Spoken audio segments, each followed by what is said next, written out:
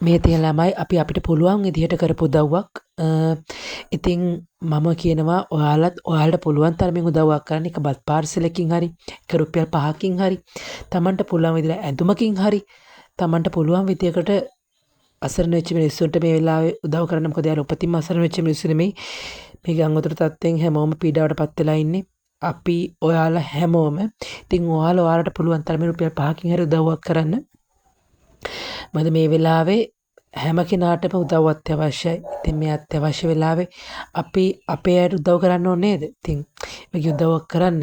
මොකද යුද්ධේ නැති කඩුව කොස් කොටන්නද? ඉතින් ඒකින්ද මේ ප්‍රශ්න වෙච්ච වෙලාවේ Tamanට පුළුවන් තරමින් Tamanට පුළුවන් විදියට මිනිස්සුන්ට උදව් කරන්න මං කියන්නේ. මොකද මේ වගේ දෙයක් අද හෙට මට වෙන්න පුළුවන් හෙට ඔයාට වෙන්න පුළුවන්. ඉතින් ඒ දේ වුණාම ඒ දේ වෙච්ච මිනිස්සු විතරයි දන්නේ ඒ දේෙන් කොච්චර වේදනාවක්ද ඒ දේ කොච්චර අමාරුද කියන එක. ඉතින් Tamanට පුළුවන් විදිහ උදව් කරන්න. ළමයි ඉතින් එච්චර ලොකු වීඩියෝ එකක් නෙමෙයි මේක. ඔයාලට පුළුවන් හැකියපමණින් වීඩියෝ උදව්වක් කරන්න. එච්චරයි. පස්සේ දවසක හම්බෙමු.